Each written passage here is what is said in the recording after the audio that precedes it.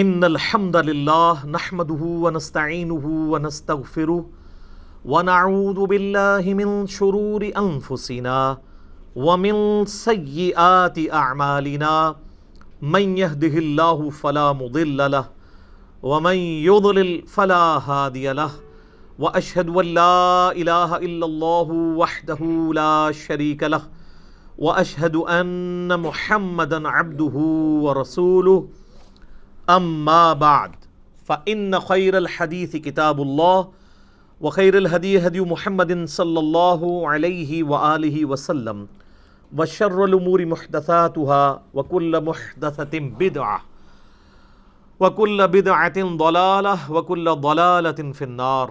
أعوذ بالله السميع العليم من الشيطان الرجيم من همزه ونفخه ونفثه. بسم الله الرحمن الرحيم. رب اشرح لي صدري ويسر لي امري واحلل عقدة من لساني يفقهوا قولي. بسم الله الرحمن الرحيم. ان الله وملائكته يصلون على النبي يا ايها الذين آمنوا صلوا عليه وسلموا تسليما. اللهم صل على محمد وعلى آل محمد كما صليت على إبراهيم وعلى آل إبراهيم إنك حميد مجيد. اللهم بارك على محمد وعلى آل محمد كما باركت على إبراهيم وعلى آل إبراهيم إنك حميد مجيد.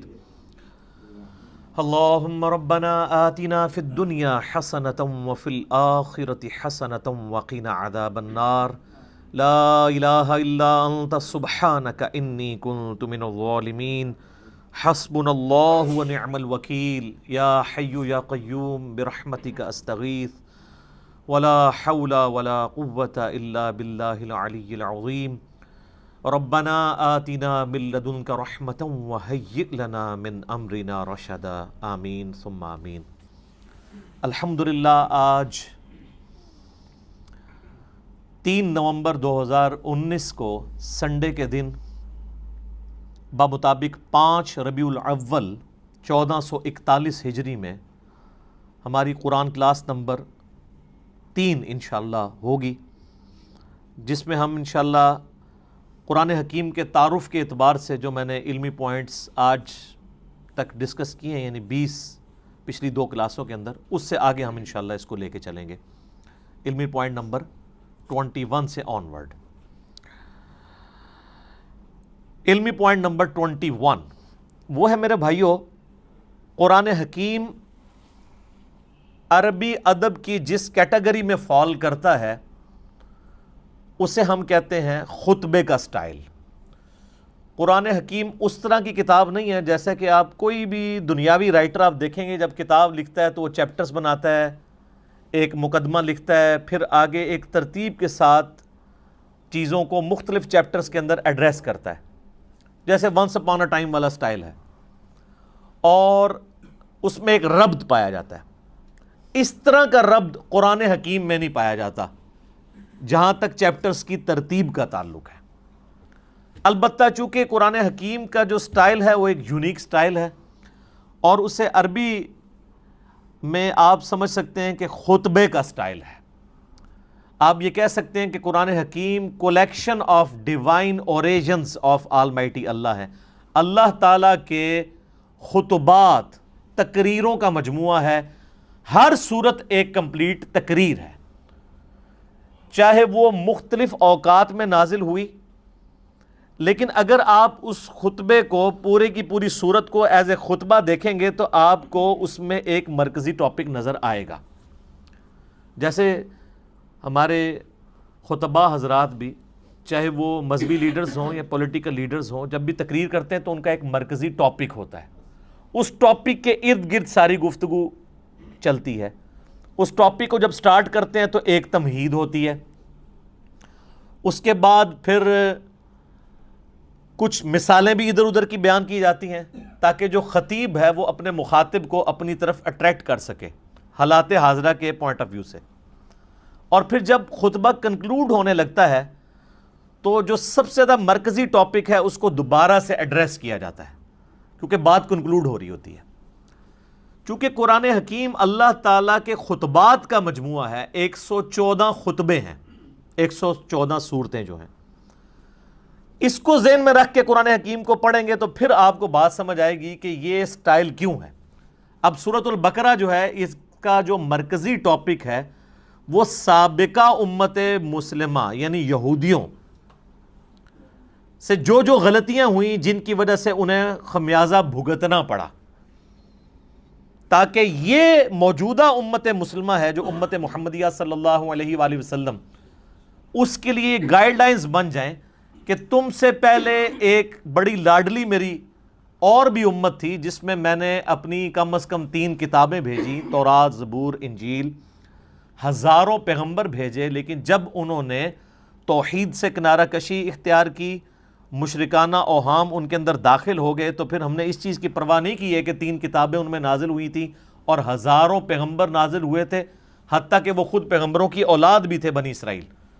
پھر ضربت علیہم الذلہ والمسکنہ، پھر ہم نے ان کے اوپر ذلت اور مسکنت مسلط کر دی، اور اس میں بھی ٹاپ آف دا لسٹ بنی اسرائیل کو، یہودیوں کو ایڈریس کیا گیا۔ اس سے اگلی سورت سورہ آل عمران کے اندر مرکزی طور پر ایڈریس کیا گیا ہے کرسچنز کو، اور مضامین بھی بیان ہوئے ہیں لیکن مرکزی ٹاپک یہ ہے۔ اس لیے آپ دیکھیں جتنی بھی صورتیں ہیں ان کا آغاز بھی بڑا جاندار ہوتا ہے۔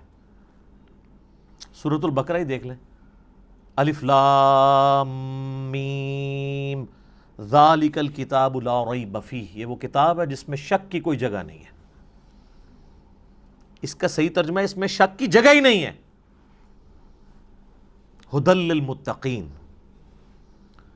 ان لوگوں کے لیے ہدایت ہے جو ڈر جانے والے ہیں، یعنی جو زندگی میں اپنی عقل استعمال کر کے ایک دفعہ ضرور اس رزلٹ پہ پہنچتے ہیں کہ ساری کی ساری کائنات جس نظام کے تحت چل رہی ہے وہ نظام کسی کے بنانے سے بنا ہے۔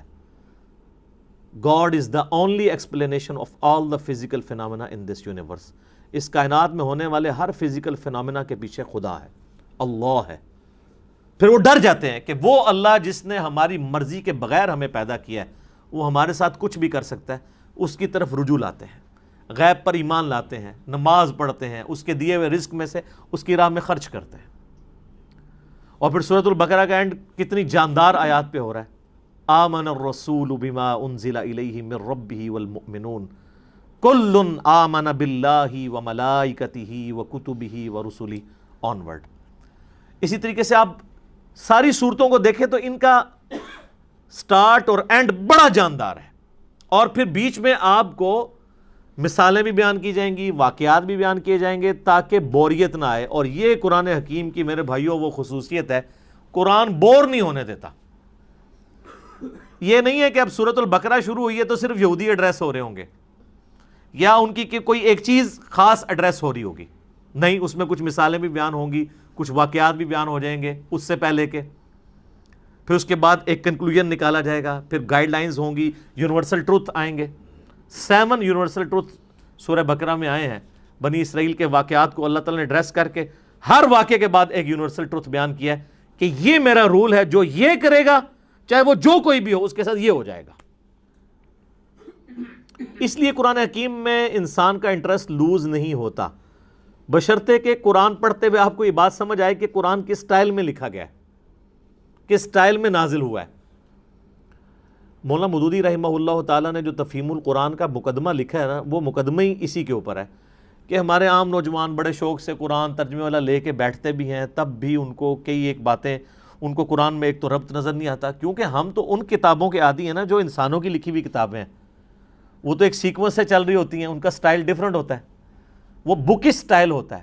قرآن کا سٹائل بکش نہیں ہے، قرآن کا سٹائل جو ہے وہ ہے خطبے کا، ایڈریس کرتا ہے آپ کو۔ اسی لیے مولا علی رضی اللہ تعالیٰ عنہ علیہ السلام کا قول ہے کہ جب میں نے اللہ سے گفتگو کرنی ہوتی ہے تو میں نماز پڑھتا ہوں، اور جب میری خواہش ہوتی ہے کہ میرا اللہ مجھ سے گفتگو کرے تو میں قرآن پڑھتا ہوں۔ آپ قرآن کو کبھی ترجمہ اکیلے بیٹھ کے سنیں تو آپ کو لگے گا کہ اللہ آپ سے مخاطب ہو رہا ہے۔ یہ والی کوالٹی کسی الہامی کتاب میں نہیں تھی، باقی کتابیں سلیبس کی فارم میں تھی، اس لیے ہم کہتے ہیں یہ قرآن کتاب اللہ بھی ہے اور کلام اللہ بھی ہے، اور اسی لیے اللہ کی صفت بھی ہے۔ یہ آپ کو ایڈریس کرتی ہے، بندہ ہل جاتا ہے۔ آپ کو پتہ ہے یہ صوت القرآن چینل 1992 میں جب ایکس پرائم منسٹر پہلی دفعہ پرائم منسٹر بنے تھے تو اس وقت انہوں نے یہ صوت القرآن چینل شروع کیا تھا جو ریڈیو کے اوپر چلتا ہے. کبھی امام کعبہ کی آواز میں عربک اور پھر فتح محمد جلندری صاحب کا ترجمہ, مراج الدین خان کی آواز میں ایک چلتا ہے. وہ لگتا ہے کہ آپ کے اندر ہی گھس جائے گا. وہ بندہ پریزنٹ کرتا ہے قرآن کے ترجمے کو. پھر بولنے کا سٹائل کہ مخاطب کے دل میں اتر جائے وہ بات. تو آپ کو وہ ترجمہ سن کے اپنی زبان میں, جن لوگوں کو عربی نہیں آتی ان کو بھی فیل ہوتا ہے کہ واقعی اللہ مجھ سے گفتگو کر رہا ہے. خطبے کا سٹائل ہے. تو مودودی صاحب نے اس مقدمے میں لکھا کہ ہمارے نوجوان لے کے بیٹھتے بھی ہیں, تب بعد میں پریشان ہو جاتے ہیں کہ یار یہ عجیب بے ربط آیات ہیں, کبھی کوئی بات شروع ہو جاتی ہے, کبھی کوئی بات شروع ہو جاتی ہے. لیکن جس بندے کو اسٹائل کا پتہ ہے نا, اس کو قرآن حکیم کی ہر آیت کا دوسری کے ساتھ ربط بھی نظر آئے گا. وہ ربط آپ ایک دفعہ اس چیز کو ڈسکور کر لیں تو آپ کو بھی ٹیسٹ فیل ہوگا. آپ پتہ اس وقت انگلینڈ کے اندر ایک, اب نیو مسلم تو نہیں ان کو کہنا چاہیے, اب ان کو 10 سال سے زیادہ ہو چکے ہیں, مسلمان ہوئے, عبد الرحیم گرین. اس وقت ٹاپ آپ سمجھ لیں سپیکرز میں سے ہیں مسلمانوں کے. انگلش میں وہ ان کے مختلف ٹاپکس پہ لیکچرز ہیں. انہوں نے اپنا اسلام لانے کا واقعہ بھی بیان کیا ہے ایک آڈیٹوریم میں خطاب کرتے ہوئے. اس میں ایک بات انہوں نے بڑی زبردست کی, باقی آپ یوٹیوب پہ دیکھ سکتے ہیں. وہ کہتے ہیں جب یہ کتاب میں نے پہلی دفعہ پڑھنی شروع کی نا, تو یہ قرآن کا جو سٹائل تھا نا گفتگو کرنے کا, اس نے مجھے بہت امپریس کیا کہ جب کوئی انسان کتاب لکھتا ہے وہ اس سٹائل میں نہیں لکھتا. وہ کہتا ہے میں قرآن کے سٹائل سے امپریس ہوا ہوں کہ یہ گفتگو اس طرح کرتا ہے اور اس کانفیڈنس کے ساتھ گفتگو کرتا ہے کہ یہ کریٹر آف دا یونیورس ہی گفتگو اس طریقے سے کر سکتا ہے. انسان تو اتنے اعتماد سے دوسرے کے ساتھ بات ہی نہیں کر سکتا. اس میں جو کانفیڈنس ہے کتاب کے اندر, پھر اس کتاب کا جو سٹائل ہے وہ بتاتا ہے کہ یہ انسان کی لکھی ہوئی کتاب نہیں, کیونکہ انسان جب بھی کتاب لکھتا ہے نا ایک خاص سیکوینس کے تحت لکھ رہا ہوتا ہے, چیپٹرز بناتا ہے, اور یہ بالکل ڈیفرنٹ سٹائل ہے. حالانکہ اس کو اس وقت یہ نہیں پتا تھا کہ اس کا سٹائل کون سا ہے, خطبے کا سٹائل ہے. تو خطبہ تو اسی طرح ہی ہوتا ہے. خطبے کا سٹائل ہے اس لیے کہ خطیب کا کام یہ ہوتا ہے کہ وہ اپنے مخاطب کے دل میں اپنی بات اتارے. تو اللہ تعالیٰ اس کتاب کا خطیب بھی ہے, اور یہ کتاب اللہ کی صفت ہے. یہ مخلوق نہیں ہے, غیر مخلوق ہے, کیونکہ کلام متکلم کی صفت ہوتا ہے. میں پچھلے لیکچرز میں اس کو ڈسکس کر چکا ہوں. تو قرآن حکیم پڑھتے وقت یہ آپ نے ذہن میں رکھنا ہے کہ اس کا سٹائل خطبے کا سٹائل ہے. جب خطبے کا سٹائل ہے تو پھر اچانک اگر کوئی واقعہ آ جائے بیچ میں تو پریشان ہونے والی بات نہیں کہ اچانک یہ بات ہوتے ہوتے یہ بیچ میں واقعہ کیسے آ گیا. پھر اچانک آپ دیکھتے ہیں خطیب بھی جب بیان کر رہا ہوتا ہے, آپ آج کل کے پولیٹیکل لیڈرز کو دیکھ لیں, جب وہ گفتگو کرتے ہیں کسی خاص ٹاپک پہ بات کر رہے ہوتے ہیں, اچانک کرتے کرتے کوئی ماضی کا واقعہ یاد کرتے ہیں, پھر ساتھ ہی جو سامنے بیٹھے ہیں ان سے بھی مخاطب ہو کے کوئی ادھر چیز دیکھنے والی ہوتی ہے آئیڈینٹیفائی کرنے لی, وہ فوراً آئیڈینٹیفائی کرتے ہیں, پھر اپنے موضوع کی طرف واپس آتے ہیں. یہ سٹائل قرآن کا ہے. یہی وجہ ہے کہ صحابہ اکرام علیہم رضوان کے اندر بجلی بھر دی تھی اس کتاب نے. ان کو فیل ہوتا تھا کہ ہمارا کریٹر ہم سے مخاطب ہے, ہماری بات کر رہا ہے. سر ہماری بات تو ہے نا. آپ دیکھیں غزوہ بدر ہو رہی ہے تو اس کی لائیو کمنٹری سورۃ الانفال کے اندر آئی ہے.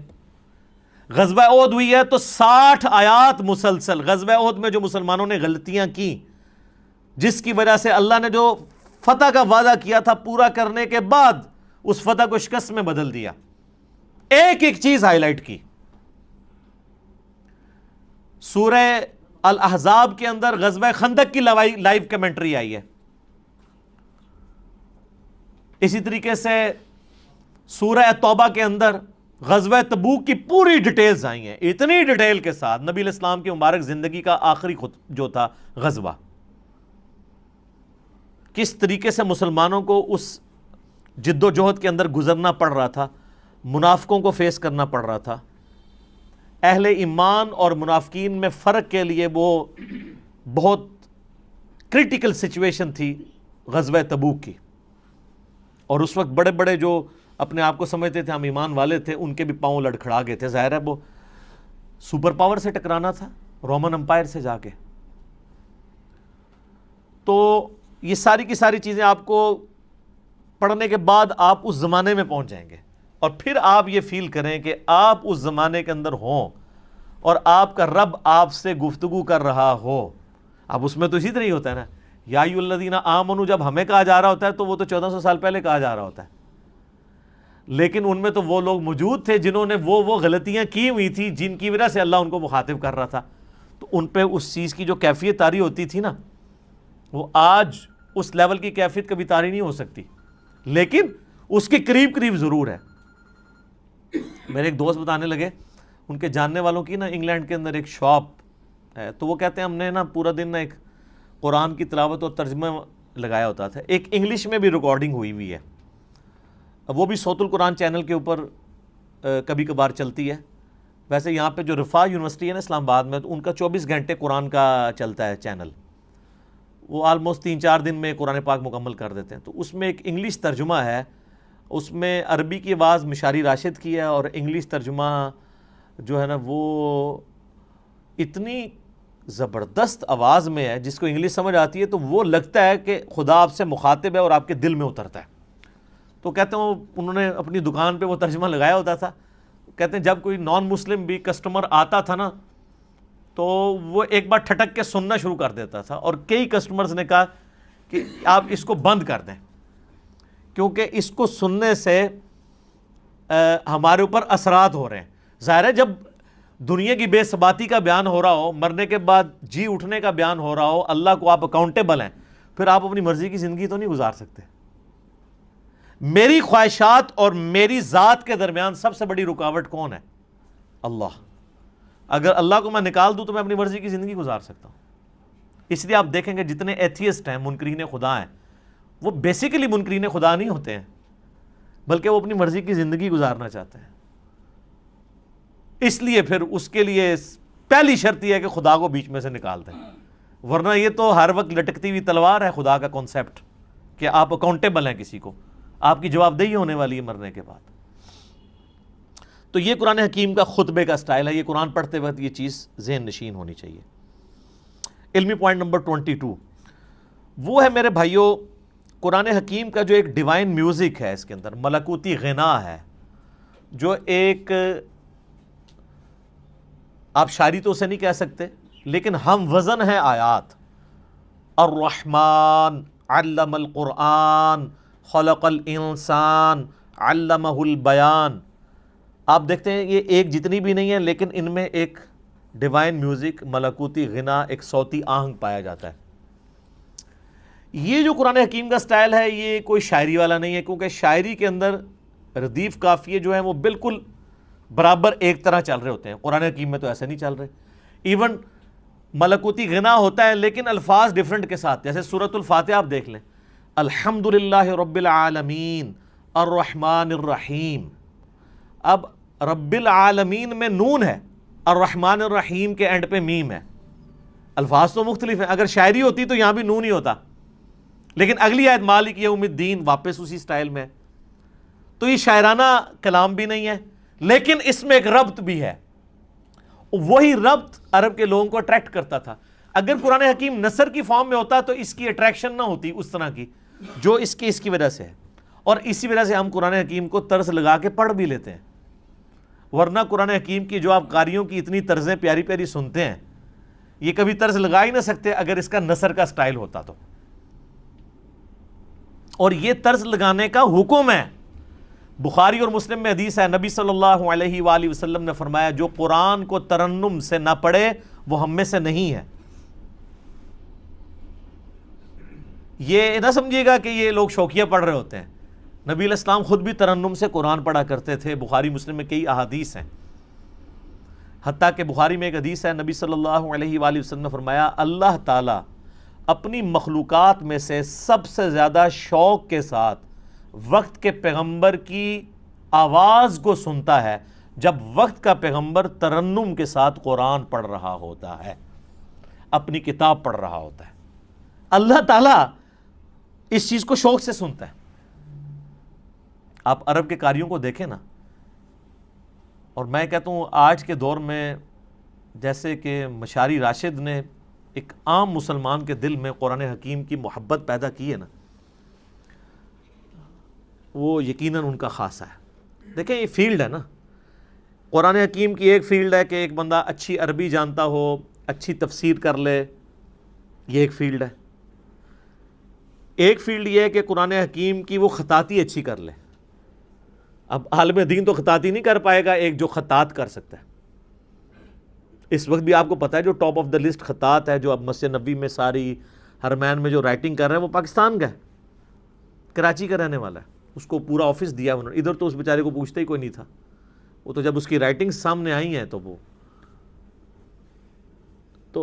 اب یہ ایک علیحدہ سے فیلڈ ہے۔ اسی طریقے سے قرآن حکیم کو ترنم سے پڑھنا، یہ بھی الگ سے ایک فیلڈ ہے۔ ایک تو ترنم وہ ہے جو مولوی لگاتے ہیں، قرآن بالکل غلط پڑھ رہے ہوتے ہیں، صرف ترنم ہی ہوتا ہے اس میں، اور گانے کی طرز پہ پڑھ رہے ہوتے ہیں۔ گانے کی طرز پہ اس لیے کہ وہ قرآن حکیم کے جن الفاظ کو کھینچنا ہے ان کو نہیں کھینچتے، اور جن کو کھینچنا چاہیے ان کو مختصر پڑھ دیتے ہیں۔ قرآن حکیم کی طرز ہر بندہ تو نہیں لگا سکتا جب تک وہ قرات کے اصولوں سے واقف نہیں ہے کہ کس لفظ کو آپ کھینچ کے پڑھ سکتے ہیں، یعنی لمبا کر کے، اور کسی کو لمبا نہیں کر سکتے۔ اسی لیے آپ دیکھیں گے علماء حضرات اکثر جو قاری نہیں ہوتے، جب وہ قرآن پڑھ رہے ہوں گے نا تو بالکل غلط قرآن پڑھ رہے ہوتے ہیں، زبر زیر ٹھیک پڑھ رہے ہوں گے، اور بعض تھوڑے بہت ایسے ہوں گے جو پروناؤنس بھی صحیح کر لیں گے۔ ویسے تو عموماً وہ لگتا ہے پنجابی میں ہی قرآن پڑھ رہے ہیں، عربی ان کو آتی ہوتی ہے لیکن عربی پروناؤنس نہیں صحیح کرنی آتی۔ بہت کم ہیں علماء میں سے جو صحیح پروناؤنس بھی عربی کو کر سکتے ہیں، یعنی ہمارے جو سب کانٹیننٹ کے لوگوں کی بات کروں، عرب کے لوگوں کی نہیں، ان کی تو اپنی زبان ہے۔ پھر وہ جب طرزیں لگانا شروع کرتے ہیں تو ان کو پتہ ہی نہیں ہے کہ وہ کون سے الفاظ کھینچ رہے ہیں، وہ کھینچنے بنتے بھی ہیں کہ نہیں، اور بعض اوقات وہ بعض ایسے الفاظ کو کھینچ دیتے ہیں کہ مطلب ہی الٹ ہو جاتا ہے۔ مثلا یہ جو لفظ ہے لام زبر لا، اگر لام کے اوپر زبر کے ساتھ لام زبر لا پڑھا جائے تو اس کا مطلب ہوتا ہے یقیناً، ضرور، بالضرور، جیسا کہ سورہ التکاثر میں آتا ہے ثم لتسألن یومئذ عن النعیم، ثم لتسألن، لام زبر لا، پھر اس قیامت کے دن ضرور تم سے پوچھا جائے گا ان نعمتوں کے بارے میں جو دنیا میں تمہیں اللہ نے دی تھی۔ لیکن اگر آپ اس کو طرز لگاتے ہوئے ثم لا تسألن، لا کو ذرا سا لمبا کر دیا تو لا کا مطلب کیا ہے؟ نہیں۔ اب یہ لام نہیں کھینچا جا سکتا۔ اچھا، اس ترنم کو برقرار رکھنے کے لیے عربی میں آپ کو یہ بھی اجازت ہوتی ہے، عربی زبان میں، کہ آپ مد عارض کر سکتے، عارضی مد بھی کر سکتے ہیں، یعنی مد وہاں پہ موجود نہیں ہے لیکن طرز بنانے کے لیے آپ مد خود انٹروڈیوس کروا سکتے ہیں بیچ میں، لیکن ہر لفظ کے اوپر نہیں، حروف مدہ کے اوپر، جس طرح یا مدہ ہے، واو مدہ ہے، الف مدہ ہے۔ جیسے ہم سورۃ الفاتحہ آپ دیکھتے ہیں، میری بھی قرات کہ یہ ایک چڑھی ہوئی ہے، تو اس میں اب جب ترنم سے پڑھ رہا ہوتا ہوں تو آپ اگر قرآن کھول کے دیکھیں گے تو وہاں تو مد نہیں پڑی ہوئی، لیکن اس مد کو میں خود بنا رہا ہوتا ہوں، وہ عربی رول کے تحت۔ ایک تو سورۃ الفاتحہ کے اینڈ پہ مد آتی ہے نا، مطلب ضالین، وہ تو لکھی ہوئی ہے، لیکن اس سے پہلے جو ہم پڑھ رہے ہوتے ہیں، اعوذ باللہ من الشیطان الرجیم، الحمد للہ رب العالمین، ابھی جو میں نے کھینچا ہے یہ ہے نہیں ہے، لیکن اس کے بغیر یہ ترنم بن نہیں سکتا۔ الرحمن الرحیم مالک یوم الدین ایاک نعبد و ایاک نستعین۔ تو یہ جو کھینچنے والی چیز ہوتی ہے نا، یہ اس کے ترنم پیدا کرنے کے لیے، اور یہ عربی لنگوسٹک کے مطابق ہے۔ اذان میں بھی آپ دیکھیں، اذان میں جہاں کھینچ سکتے ہیں وہیں کھینچ سکتے ہیں۔ اذان پڑھتے ہوئے کیا آپ کہتے ہیں؟ اللہ اکبر، اللہ اکبر۔ اب اس میں کھینچی دو ہی جگہ گئی ہے، اللہ، لام کھڑی زبر والی۔ اب اکبر لفظ ہے، اس کو تو میں کھینچ نہیں سکتا، اکبر یہ نہیں پڑھ سکتا، یہ اکبر ہی رہے گا۔ اشہد ان لا الہ الا اللہ، اب یہ اللہ اتنا لمبا کھینچ دیا، یہی کھینچ سکتا ہے. تو آپ باقی دعاؤں میں بھی دیکھیں کتنے ربط ہیں. یہ جو ہم قنوت وتر میں دعا پڑھتے ہیں، حسن ابن علی کو نبی علیہ السلام نے سکھائی تھی اپنے نواسے کو جامعہ ترمذی میں. اللہم اہدنی فی من ہدیت وعافنی فی من عافیت وتولنی فی من تولیت وبارک لی فی ما اعطیت وقنی شر ما قضیت. دیکھا کیسی ٹون ہے اس میں، دعاؤں میں بھی آپ کو نظر آئے گی. قل اعوذ برب الفلق من شر ما خلق ومن شر غاسق اذا وقب. لمبائی ڈیفرنٹ ہو گئی ہے لیکن اس کی جو ملکوتی غنا ہے وہ برقرار ہے. اصل بعض صورتیں ایسی ہیں جن میں جو شاہکار ہیں عربی لنگوسٹک کا، سورہ مریم آپ دیکھیں کہ اس کے جو ہر آیت کا اختتام ہو رہا ہے وہ کتنے مشکل الفاظ پہ، تشدید والے الفاظ ہیں، ہر ایک لفظ کے اوپر شاد آ رہی ہے. کمال نہیں ہے؟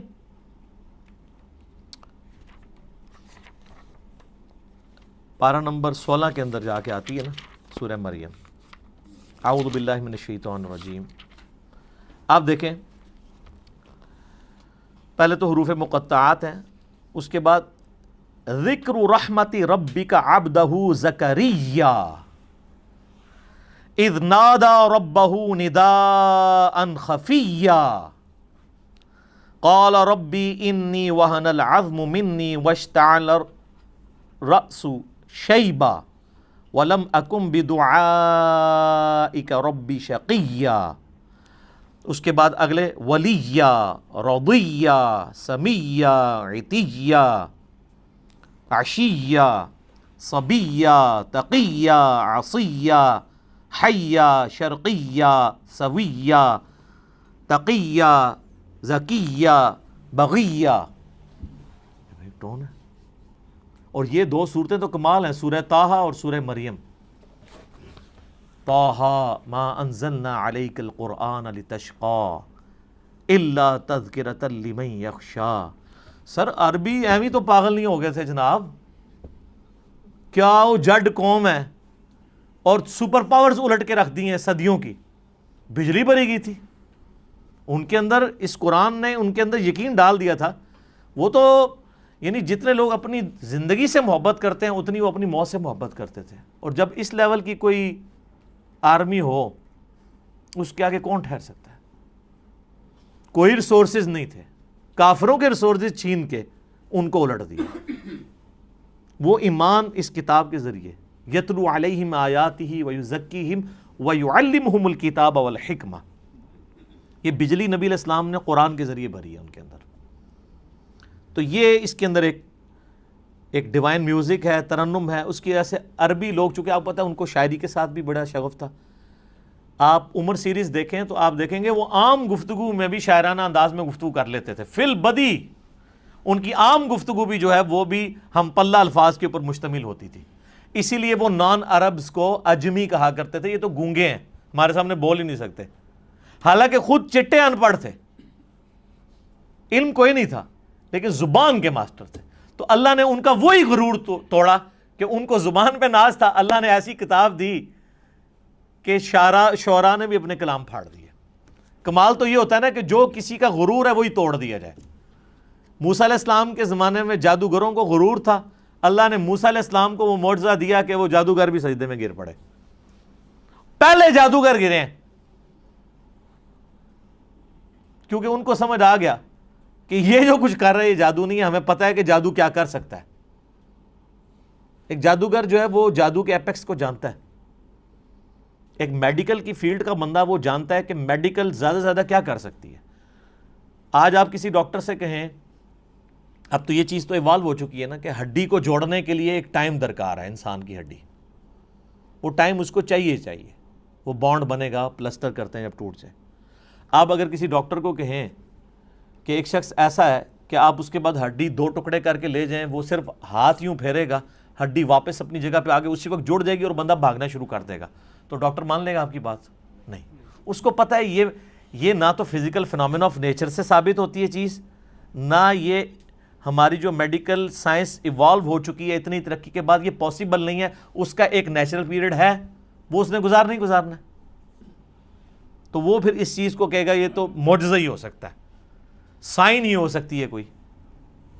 اسی لیے ہم نے, میرے ایک ویڈیو کلپ بھی ریکارڈڈ ہے کہ نبی علیہ السلام کا کوئی بھی معجزہ ایسا نہیں ہے جو سائنٹیفکلی ریپروڈیوس کیا جا سکے, ورنہ وہ معجزہ نہیں ہوگا. نبی علیہ السلام سے جو غیر معمولی معجزات, حسی معجزات, یعنی انگلیوں میں سے پانی کے چشمے جاری ہونا جو بخاری مسلم میں آتا ہے, صحیح بخاری میں آتا ہے ایک صحابی کی پنڈلی کی ہڈی ٹوٹ گئی, آپ نے ہاتھ پھیرا تو اسی ٹائم ٹھیک ہو گیا. یہ وہ چیزیں ہیں کہ جو قیامت تک سائنٹیفکلی کبھی پاسبل نہیں ہوگی کہ کوئی انسان کر کے دکھا سکے. یہ چیز, یہ وہ فزیکل فنامنا آف نیچر کا ٹوٹنا ہے, یہ پاسبل نہیں ہوگا. کبھی یہ پاسبل نہیں ہوگا کہ کوئی پلانٹ کنگڈم کو اینیمل کنگڈم میں بدل دے. حضرت موسیٰ علیہ السلام عصا پھینکتے تھے, پلانٹ کنگڈم اینیمل کنگڈم میں اژدہا بن جاتا تھا. مردے کو کوئی زندہ نہیں کر سکتا. حضرت عیسیٰ علیہ السلام کے زمانے میں طب عروج پہ تھا, اللہ تعالیٰ نے ان کا غرور توڑا. ہاں جی بتاؤ, ان کو اپنی میڈیکل کی فیلڈ کے اوپر بڑا ناز تھا. حضرت عیسیٰ علیہ السلام مادر ذات کوڑی اور اندھوں کو اللہ کی اذن سے شفا دے دیتے تھے. جن کے ڈھیلے بھی نہیں ہوتے تھے, مٹی کا ڈھیلا رکھ کے ہاتھ پھیرتے تھے, آنکھیں واپس آ جاتی تھی. سر جس کی آنکھیں کام نہ کرتی ہو اس پہ ہاتھ پھیرنے سے کیا پوری دنیا بھی پھیر دیں تو اس کی بینائی نہیں آتی, اور ایک مٹی کا ڈھیلا ایک بندہ رکھتا ہے اور ہاتھ پھیرتا ہے اور وہ آنکھ بن جاتی ہے. آج بھی آپ میڈیکل کی فیلڈ وہ کہیں گے یہ امپاسبل ہے. تو معجزہ خواہ کسی بھی پیغمبر کا ہو وہ ریپروڈیوس نہیں ہو سکتا اگر وہ واقعی معجزہ ہے, کہانی نہ ہو, معجزہ ہو, نہیں ہو سکتا. قرآن حکیم میں داؤد علیہ السلام کے بارے میں آتا ہے لوہا ان کے ہاتھوں پہ نرم تھا, اور لوہے پہ ہاتھ رکھتے تھے, آٹے کی طرح سے گوندھ دیتے تھے, زیرہ بناتے تھے.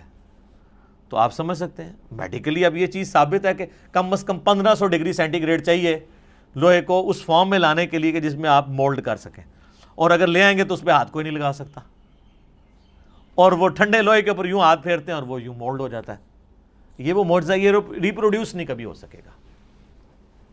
موسیٰ علیہ السلام نے عصا مارا ہے سمندر کے اندر, اسی ٹائم سمندر پھٹ کے دونوں طرف پہاڑوں کی شکل میں قرآن میں آتا ہو گیا اور بیچ میں راستہ بن گیا. سر یہ معجزہ کبھی نہیں کوئی کر کے دکھا سکتا, ورنہ پیغمبروں کی جو نبوت ہے وہ اسٹیک پہ لگ جائے گی اگر غیر پیغمبر بھی فزیکلی سائنٹیفکلی کسی بھی طریقے سے اس چیز کو ریپروڈیوس کر سکے. یہ امپاسبل ہوگا. لیکن الوہین جو ہے, آنکھوں کو دھوکہ دینا, وہ اس زمانے میں بھی تھا, اب بھی ہے, قیامت تک رہے گا. فزیکلی کوئی نہیں کر کے دکھا سکتا. یہ آپ کو جو ڈیوڈ کاپر فیلڈ کے بارے میں ویڈیوز ملتی ہیں, کبھی وہ پانی پہ چل رہا ہے, کبھی دیوار پہ اوپر چڑھ رہا ہے, اس کی میکنگ بھی ساتھ ہی انہوں نے یوٹیوب پہ چڑھا دی ہوئی ہے کہ وہ سارا نظر کا دھوکہ ہوتا ہے. وہ ویڈیو کیمرے کے ذریعے فلمائی ہوتی ہیں ساری چیزیں. وہ جو پانی پہ چل رہا ہوتا ہے تو نیچے انہوں نے وہ شیشے کا بہت بڑا ٹیبل رکھا ہوا ہے, ٹرانسپیرنٹ, جو نظر نہیں آتا, وہ اس کے اوپر چل رہا ہوتا ہے.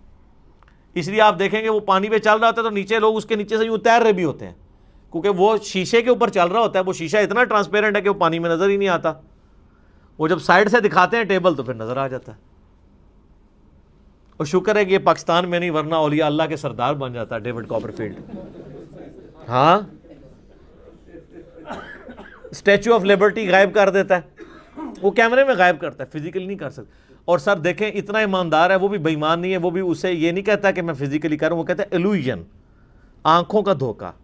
اتنی غیرت اس کو بھی ہے کہ وہ ایلوژن کہتا ہے اسے, اپنی کرامت بزرگی یہ نہیں کہتا. جو تہاڑے بزرگاں نو ایڈی بھی تمیز نہیں, جھوٹ مار جاندے نے. اس لیے آپ دیکھیں سارے بزرگ فیل ہیں. اب کدھر گئی آپ کی کرامتیں جی؟ اور یہ ایک بزرگ نے حکم دیا, وہ جوتی وہاں میں اڑتی اڑتی اس کے سر پہ لگی. اون کتنے جوتیاں تھوڑیاں ریٹائر ہو گئی ہیں نا, یا وہ جوتیاں تھلے انجن لگے ہوئے خراب ہو گئے نا. پہلے بھی کوئی نہیں تھا, کہانی تھی. یہ کہانیاں چل رہی ہوتی ہیں. معجزات, کرامات, استدراج, اس سارے ٹاپکس کے اوپر میرا مسئلہ number 131A B C D 4 recorded ہیں, وہ آپ دیکھ لیں. علمی پوائنٹ نمبر 23, وہ ہے میرے بھائیوں قرآن حکیم کا جو بیسک یونٹ ہے وہ ہے آیت. عربی میں ہم اسے کہتے ہیں آیتن. جو آیت کے اینڈ کے اوپر وہ تا تھی جو ختم ہوتے اس کے نقطے بھی اڑ گئے, اب صرف گول دائرہ ہی رہ گیا, چونکہ وہ سمبل کے طور پہ تھا نا. ویسے وہ تا ہوتی ہے, گول تا, نشانی کے طور پہ. آیتن وقف کریں گے آیہ, اردو میں آیت, اور اس کو ٹرانسلیٹ کریں گے نشانی, انگلش میں کہیں گے سائن. قرآن حکیم کی جتنی بھی صورتیں ہیں, ہر صورت کا جو بیسک یونٹ ہے وہ آیت ہے. جیسے اگر میں پوچھوں یہ دیوار کا بیسک یونٹ کیا ہے تو آپ کیا کہیں گے؟ اینٹ. یہ دیوار ہے, اس کے اوپر 1200 اینٹیں لگی ہوئی ہیں, اور 1200 اینٹوں کو مینیجبل فارم میں جوڑنے کے بعد ایک دیوار مکمل ہوتی ہے. اس طرح قرآن حکیم میں ہر صورت کی آیات ہیں جن کو اللہ تعالیٰ نے وحی کے ذریعے نبی علیہ السلام کو تعلیم فرمایا. اس کی ترتیب توقیفی ہے, اور قرآن حکیم میں کم سے کم آیات جو ہیں وہ 3 ہے صورت کی. کوئی قرآن حکیم میں صورت ایسی نہیں جس کی 3 سے کم آیات ہوں. اور عربی میں جمع بھی 3 سے شروع ہوتا ہے. ہمارا تو 2 سے ہی جمع شروع ہو جاتا ہے نا اردو میں. عربی میں واحد ہے, اس کے بعد تثنیہ ہے 2, اور پھر ہے 3. 3 اور 3 سے آن ورڈ وہ جمع ہے. رب المشرق والمغرب سنگولر, رب المشارق والمغارب کئی مشرق اور کئی مغرب, اور رب المشرقین اور رب المغربین 2 مشرق اور 2 مغرب. اس کے اوپر بھی میرا کلپ ہے کہ یہ کیا مطلب ہے. کہیں آتا ہے 1 مشرق 1 مغرب, کہیں آتا ہے 2 مشرق 2 مغرب, کہیں آتا ہے 2 سے زیادہ مشرق 2 سے زیادہ مغرب. وہ آپ دیکھ لیجئے گا. تو عربی میں اس طریقے سے. تو قرآن حکیم میں چونکہ سورت ہے تو اس میں آیات ہیں, تو آیات کم از کم جمع تو ہونی چاہیے, تب ہم انہیں آیات بولیں گے. تو کم سے کم آیات جو ہیں وہ 3 ہیں, اور قرآن حکیم کی سب سے چھوٹی سورت کی بھی آیات 3 ہی ہیں. انا اعطیناک الکوثر فصل لربک وانحر ان شانئک هو الابتر. 3 آیات ہیں. اذا جاء نصر اللہ والفتح ورأیت الناس يدخلون فی دین اللہ افواجا فسبح بحمد ربک واستغفرہ انہ کان توابا. واستغفر پہ ہم وقف کرتے ہیں, نہ بھی کرے کنٹینیوس بھی پڑھ سکتے ہیں. یہ 3 آیات ہیں, 3 سے زیادہ ہی ہیں, کم نہیں ہے. اور قرآن حکیم کی سب سے چھوٹی آیت کون سی ہے؟ سورہ الرحمن کی ایک آیت ہے, مدھامتان فبأی آلاء ربکما تکذبان. ایک لفظ کے اوپر پوری آیت ہے. اور قرآن حکیم کی سب سے لمبی آیت دین ہے جو سورۃ البقرہ کے اندر آئی, اور اس کے بعد پھر آیت الکرسی ہے 255 نمبر آیت. اب آیت الکرسی آپ دیکھیں اتنی لمبی ہے, اس کی کئی چھوٹی آیتیں بن سکتی ہیں, اور اس میں ربط بھی ہے. اللہ لا الہ الا هو الحی القیوم لا تأخذہ سنۃ ولا نوم, یہ 2 آیتیں بن سکتی تھی. لہ ما فی السماوات وما فی الارض, تیسری آیت بن سکتی تھی. من ذا الذی یشفع عندہ الا باذنہ یعلم ما بین ایدیہم وما خلفہم ولا یحیطون بشیء من علمہ الا بما شاء وسع کرسیہ السماوات والارض ولا یؤودہ حفظہما وہو العلی العظیم. اتنی لمبی یہ آیت ہے, اس کے ٹکڑے ہو سکتے تھے. یہ پوری کی پوری ایک آیت ہے. یہ ہمیں کس نے بتایا؟ نبی صلی اللہ علیہ وآلہ وسلم نے. اور نبی علیہ السلام کو اللہ تعالیٰ نے وحی کے ذریعے یہ بات بتائی ہے. لہٰذا قرآن حکیم کی جو آیات ہیں یہ بھی وحی کے ذریعے بتائی گئی ہیں کہ یہ آیت ہے, یہ آیت ہے, یہ آیت اتنی لمبی ہے, یہ چھوٹی ہے. بعض اوقات آپ دیکھیں گے کہ آیات, آپ وہ 2 آیتیں دیکھیں تو وہ ایک آیت بھی بن سکتی تھی, لیکن اسے سپلٹ کر کے 2 آیات بنایا گیا. حروف مقطعات ہی آپ دیکھیں, کئی جگہ حروف مقطعات کی پوری آیت بنتی ہے, اور کئی جگہ وہ ایک آیت کے ساتھ جز کے طور پہ ہوتی ہے. اب یہ صحابہ کرام نے اجتہاد سے نہیں کیا, یا کسی کاتب کی مرضی سے نہیں ہوا, بلکہ یہ اللہ تعالیٰ نے وحی کے ذریعے اپنے محبوب صلی اللہ علیہ وآلہ وسلم کو تعلیم فرمایا. اور ساتھ یہ بھی یاد رکھیے گا کہ آیات کی دو اقسام ہیں قرآن حکیم میں. ایک آیات وہ ہیں جو محکمات ہیں اور دوسری ہیں جو متشابہات ہیں. سورہ آل عمران کی 7 نمبر آیت ہے جس میں اللہ تعالیٰ نے خود یہ بیان فرمایا کہ ہم نے جو آپ کی طرف قرآن نازل کیا ہے اس کی آیات دو قسم کی ہیں. ایک تو محکمات ہیں اور وہ کتاب کی جڑ ہے. محکمات کیا؟ جن میں حکم نازل ہوئے ہیں.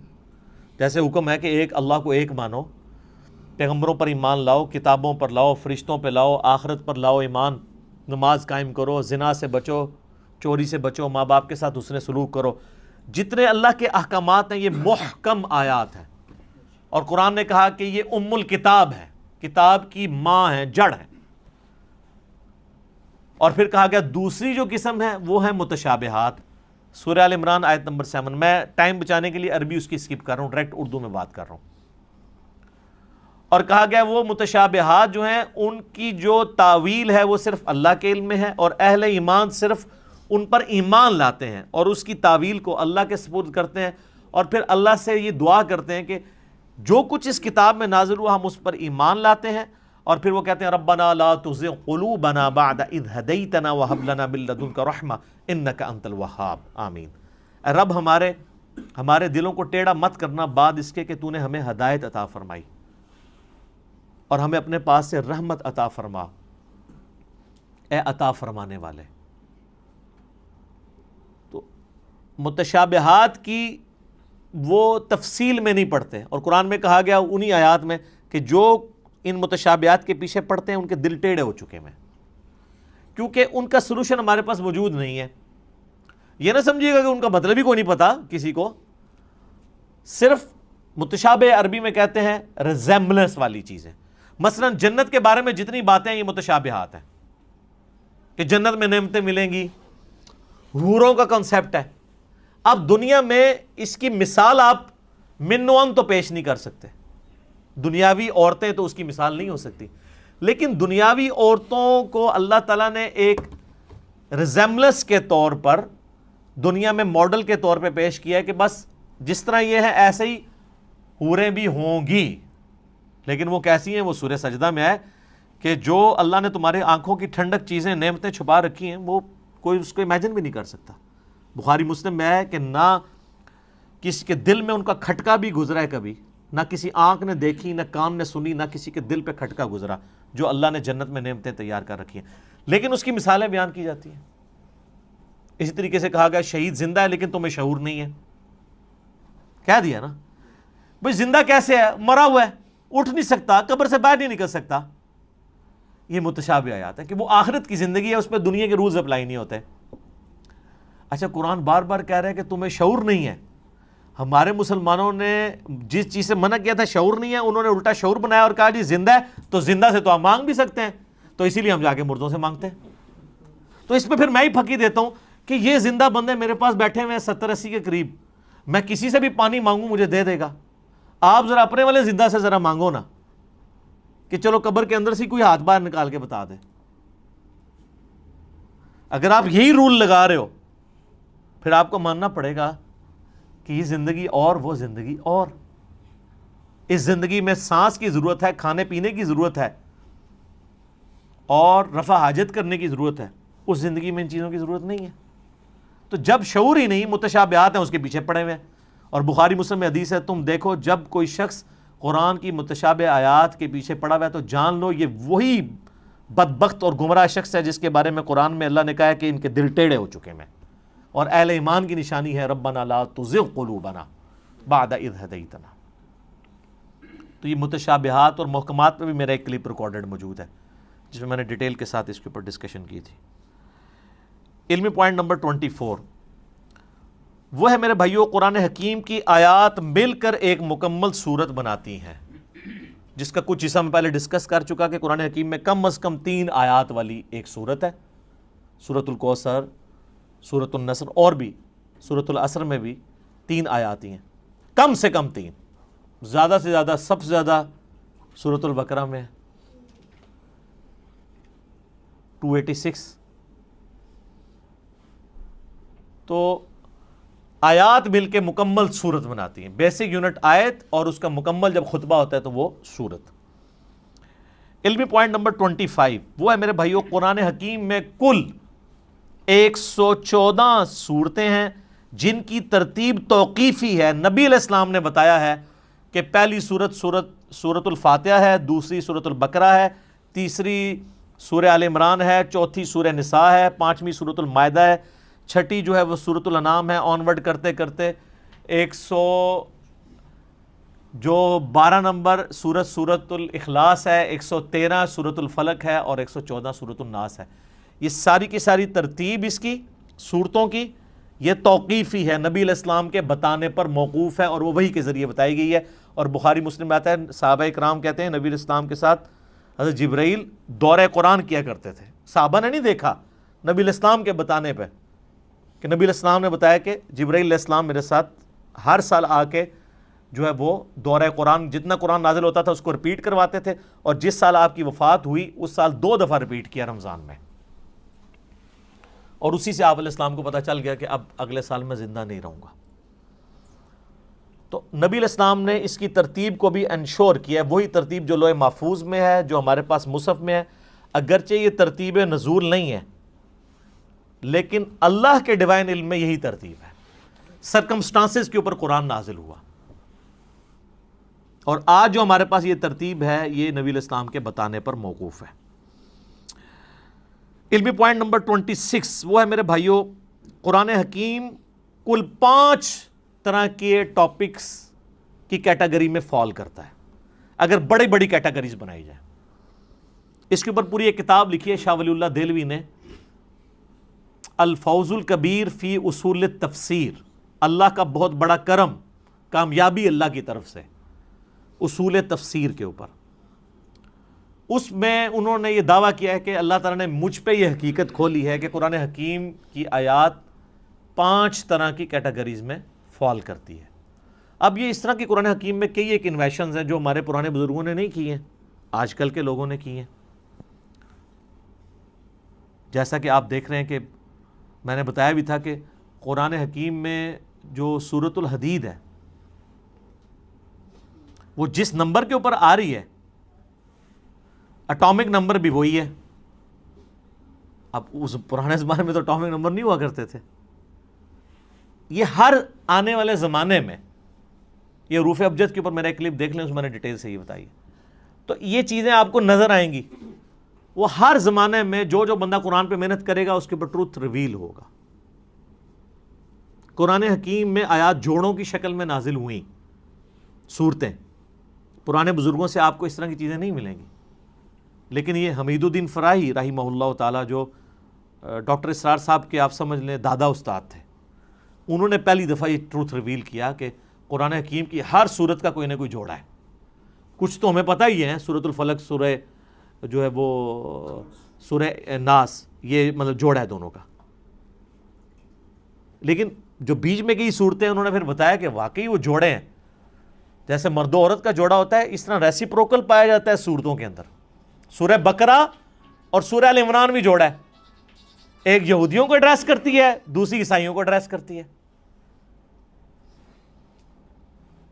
تو اس طرح کئی ایک صورتیں جو جوڑوں کی فارم میں، یہ ٹروتھ بال میں ریویل ہوا ہے۔ بل یہ الفوز الکبیر فی اصول التفسیر کا اردو ترجمہ بھی آ چکے، آپ پڑھیں، 5 کیٹیگریز انہوں نے بیان کی ہیں۔ نمبر 1 علم الاحکام، یعنی قرآن حکیم کی آیات احکام سے ریلیٹڈ ہوں گی، نماز، روزہ، حج، زکوٰۃ، عقائد، یہ ساری چیزیں علم الاحکام میں آتی ہیں۔ نمبر 2 علم المخاصمہ، مخاصمہ کہتے ہیں جھگڑا کرنے کو، علمی جھگڑا، یعنی جو منکرین خدا ہیں یا جیوز اور کرسچنز ہیں، ان کے جو لیم ایکسکیوزز ہیں ان کے علمی جوابات دیے گئے ہیں، تو یا آیات اس کے اوپر مشتمل ہوں گی۔ نمبر 3 التذکیر بالموت، موت کو یاد کروا کے کہ تمہیں مر کے کسی کے پاس پہنچنا ہے اور آخرت کی زندگی میں دنیا کی زندگی کا جواب دینا ہے، اس کو کہتے ہیں التذکیر بالموت، نصیحت کرنا موت کو یاد کروا کے۔ اس کے اوپر آیات، اب یہ تو قرآن پاک میں بڑا مین ٹاپک ہے۔ قرآن حکیم کے اگر 2 مین ٹاپک دیکھے جائیں تو عقیدہ توحید اور دوسرا ہے دنیا کی بے ثباتی، دنیا سے بے رغبتی۔ چوتھی کیٹیگری انہوں نے کہا التذکیر بآلاء اللہ، اللہ کی قدرت کی بڑی بڑی نشانیوں کے ذریعے اللہ اپنا تعارف کرواتا ہے. جتنے فزیکل فینومینا آف نیچر اس میں ڈسکس ہوئے ہیں، سائنٹیفک فیکٹس ڈسکس ہوئے ہیں، اس کا شاہکار آپ کو سورۃ النحل نظر آئے گی، سورہ روم نظر آئے گی، سورہ الرحمن نظر آئے گی. اس میں تو یہ لفظ بھی آ گیا ہے فَبِأَيِّ آلَاءِ رَبِّكُمَا تُكَذِّبَانِ، جس کا ترجمہ اکثر مولویوں نے غلط کیا ہوا ہے. تم اپنے رب کی کون کون سی نعمتوں کو جھٹلاؤ گے؟ حالانکہ نعمت خود عربی کا لفظ ہے. مودودی صاحب نے اس کا ترجمہ صحیح کیا ہے، تم اپنے رب کی قدرت کی کون کون سی نشانیوں کو جھٹلاؤ گے، کیونکہ دوزخ کی آیات کے بعد بھی پھر یہ آیت ریپیٹ ہوتی ہے. تو دوزخ کیا نعمت ہے؟ وہ ترجمہ کرنے والے کو بھی نہیں سمجھ آئی. تو اعلیٰ کا مطلب ہوتا ہے قدرت کی بڑی بڑی نشانی. تو دوزخ اللہ کی قدرت کی نشانی تو ہے، جس طرح جنت ہے. تو مودودی صاحب ہر دفعہ جب آیت آتی ہے نا، یہ والی آیت، تو اس کے سیاق و سباق کے اعتبار سے اس کا ترجمہ کرتے ہیں، کیونکہ عربی بڑی ورسٹائل زبان ہے. عربی میں ایک لفظ اگر سیاق و سباق میں آپ مختلف جگہ بیان کریں گے تو وہ اپنا وہ والا مطلب بیان کرے گا. اگر میں آپ کو کہوں مسجد الحرام اور کہوں ولد الحرام، زمین آسمان کا فرق ہے. حرام دونوں جگہ ہی موجود ہے. مسجد حرام جس کی حرمت ہے، عزت ہے، اور ایک وہ حرام ہے جو ہم حرام کہتے ہیں، زنا حرام، چوری حرام. اب یہ حرام ہو رہا ہے. آپ کے حساب سے تو اس کا نام مسجد حلال ہونا چاہیے تھا، حلال مسجد. تو اڈی مسجد ادھر منہ کر کے نماز پڑھ دو تو نہ ہی حرام ہے، لیکن حرام عربی والا ہے. حرمت کی جگہ جہاں پہ آپ اللہ کی حدود کو توڑیں گے تو وہ بڑا جرم ہوگا ایز کمپیئر ٹو اور جگہوں کے. اس کی حرمت اللہ نے رکھی ہے، عزت رکھی ہے، لفظ ایک ہی ہے، لیکن دونوں جگہ مختلف معنی دے رہا ہے. تو اس طرح فَبِأَيِّ آلَاءِ رَبِّكُمَا تُكَذِّبَانِ کا ترجمہ بھی مختلف جگہ مختلف آئے گا. اور پانچویں کیٹیگری ہے التذکیر بأیام اللہ، اللہ تعالی کے فیصلوں کے بڑے بڑے جو دن ہیں ان کے ذریعے ڈر سنانا. اور یہ بھی قرآن پاک کا بڑا مین مضمون ہے. اگلی انبیاء کی جو امتیں ان کا ذکر کر کے اللہ تعالیٰ نے پھر فیصلہ اچھا یہ سارے الفاظ قرآن میں موجود ہیں. فَذَكِّرْهُمْ بِأَيَّامِ اللَّهِ، یہ اللہ تعالیٰ نے حضرت موسیٰ علیہ السلام کو کہا کہ اپنی امت کو ڈراؤ اللہ کے بڑے دنوں سے. بڑا دن کون سا؟ جس میں بڑا فیصلہ ہوا. 10 محرم کا دن بڑا دن تھا جس میں یہ فیصلہ ہوا کہ فرعون کو ڈبویا جائے گا اور بنی اسرائیل کو نجات دی جائے گی اس کے ظلم سے. بخاری مسلم میں آتا ہے نا کہ یہودی اس دن روزہ رکھتے تھے کہ فرعون کو ڈبویا گیا. پھر نبی علیہ السلام نے امت کو حکم دیا کہ تم 9 اور 10 دو روزے رکھو. اس پہ ڈیٹیل میرا کلپ موجود ہے، آج میں اس کی طرف نہیں جاتا. قوم عاد جس دن ہلاک ہوئی وہ اللہ کی قدرت کی یعنی آپ ایگزیکیوشن کا ایک بہت بڑا دن ہے. ہماری امت میں فتح مکہ کا دن ایام اللہ میں سے ہے. غزوہ بدر کا دن ایام اللہ ہے، اللہ کے فیصلے کا دن ہے. اللہ نے کہا یہ کہتے تھے نا فرقان ہوگا، یہ ابو جہل نے کہا تھا کہ یہ حق اور باطل میں فرق کرنے والا دن ہوگا. اللہ نے کہا تم نے فرقان بولا تھا، لے پھر میں اس دن کو فرقان بنا دیتا ہوں کہ نہتے مسلمانوں سے تم لیس ہوئے ہوئے کافروں کو، جنگجو کافروں کو مرواؤں گا. غیبی مدد کے ساتھ ہوا نا. تو یہ اللہ کی قدرت کے بڑے بڑے دن یہ اگلی امتوں میں بھی گزرے ہیں. قوم سمود، قوم عاد، قوم نوح کی تباہی کے دن ایام اللہ تھے. تو یہ 5 کیٹیگریز بنی. اب آپ قرآن کی کوئی آیت نکالیں، میں کوئی آیت بھی پڑھوں، آپ خود مجھے بتا دیں گے کہ یہ فلاں کیٹیگری میں فال کرتی ہے. اگر میں کہوں ان اللہ وملائکتہ یصلون علی النبی یا ایھا الذین آمنوا صلوا علیہ وسلموا تسلیما اللہم صلی علی محمد وعلی آل محمد. یہ آیت کس کیٹیگری میں فال کرتی ہے؟ تو آپ کہیں گے یہ علم الاحکام والی کیٹیگری میں فال کرتی ہے، کیونکہ اس میں حکم ہے دروشی پڑھنے کا. تو آپ یہ خود ڈیفائن کر سکتے ہیں. کوئی بھی آیت آپ کنسیڈر کریں گے آپ فوراً پہنچ جائیں گے یار یہ آیت فلاں کیٹیگری میں فال کرے گی.